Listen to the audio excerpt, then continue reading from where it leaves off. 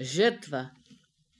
Голямата нива на синьовиц с корошата и черните капини по синора, която се е проснала от дола до старите юрушки гробища чак. Днес има гости. Цяло ято жатварки с Драгоман Коя начело са накацали из нея. Екнали са ратлини и долища от песни и припевки, съскат сърпови змии, кълват с дългите си човки паламарките и пот се лее по заруменели страни. Падат под косени тежки ръкойки, поемат ги възврачите, преклякат, забиват кривела, като че ли ще ги изтърбушват и сноп след сноп се стели по стърнището. Отзад Драгоман Кой бавно отбира по-дългите отрези, топи ги във вода, за да прави от тях въжа и от време на време спре, дигне ръка над вежди, изгледа радостно на тежалата от плод равнина, сякаш и козирува. Той е наш роднина. На млади години водил жатварки по Румъня и оттам се е получил прякора. Една от жатварките изпреварила всички. С черен сукман и черна забрадка. Тя е направила дълбок пробив и сякаш не жъне, а коси. Ръцете иснуват бързо като на стан. Върти сърпа без да поглежда в страни, без да изправя, и тихо и тъжно и провлечено пее. Радкеле, мила мамина, гдето те видя да е срещна, все плачеш, все си плакала. Това е мама. Жатварките са свои хора, близки и роднини. Та никой не мисли сили и сръчност да мери с нея. Безполезно е, нека върви напред. Като стигне до синора, няма да навлезе в чужда нива, ще се върне срещу тях и ще им помогне. Преди години, когато ни идваха на помощ жатвари от етера, една ли се опитвала да я наджени и не успявала. Засилят се, разбързат се в началото, дордето прималеят и ги подпре буца в гърлото, па махнат с ръка. Божке, та това женище е змейничево, ма! И се тръщнат, грохнали върху някой сноп. А пък то, какво ти женище? И пред това змейничево.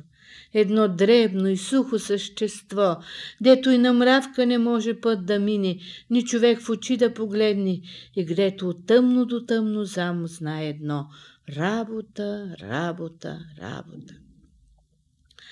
Слънцето, като дъно на нажежен медник, се изпряло горе на дядовите милчови кошари, стои като заковано и не мърда.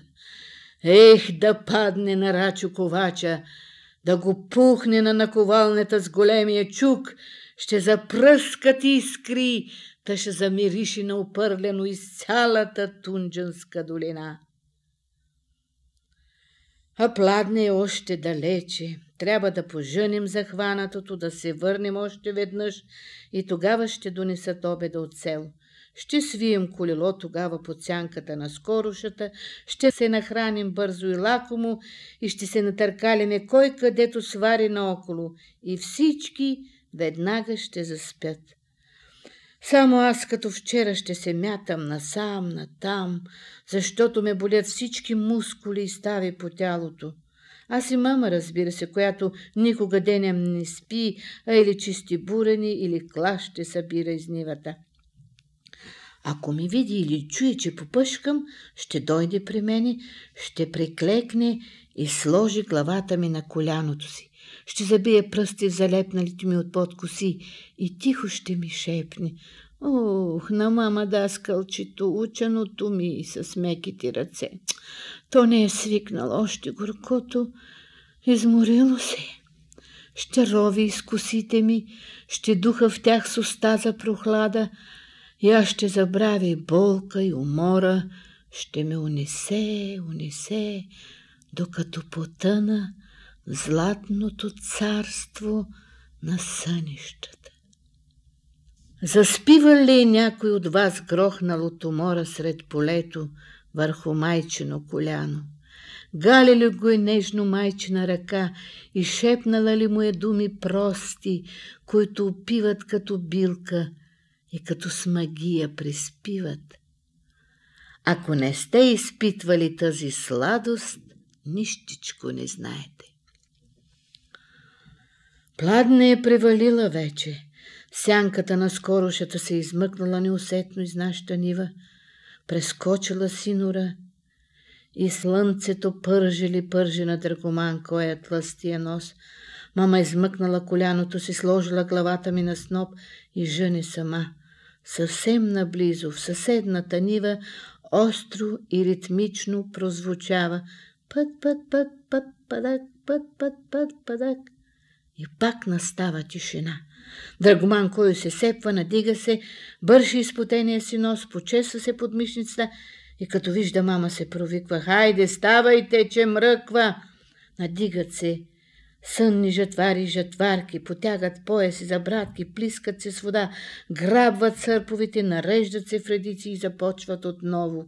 Страшна жега е, наоколо трепти и прежуря, небето като опален връшник суши ризите по гърбовете и дребни мушици кръжат около главите ни, клепачите са зачервени, а по устните ни пълзи солена влага. Аз едва дигам голямата стомна и пия, не мога да се напия. Още малко. Скоро ще повее хладен вечерник, дърветата ще проточат дълги сенки, а нивата още не е приспулвена.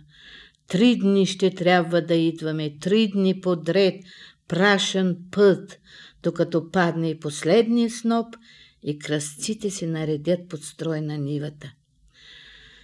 Заприготвяме ли се за път, мама ще натруши клас в шепата си, ще духне шлюпинките и ще рече: хляб е то, майка, жито като злато, една сякаш гълъб с човка зърно по зърно го отбирал. Готовичко е, озряло е, та дори презряло, а е под открито небе. Буря може да го свие и да го урони, градушка може да го удари. Трябва да се бърза и да се прибере на време. Айде, идете си, аз ще остана да откъсна някоя друга ръкойка по хладното. И като нареди на сестрите какво да ушътат и как да нагостят затварите, ще ни изпрати до синора и ще се върне да завърти сърпа отново. Притъмнее ли съвсем, ще се свие до някой сноп, ще дремне като заек с отворени очи и ще чака луната да огрее. Покаже ли се голямата и глава на дядовите милчови кошари, ще рипне и сама в нощта, сред заглъхналото поле, като някакво сънно и странно видение, ще жъне, докато и последните звездици угаснат на небето и ситна утринна роса, като светена вода покрие челото й, бледо и морно.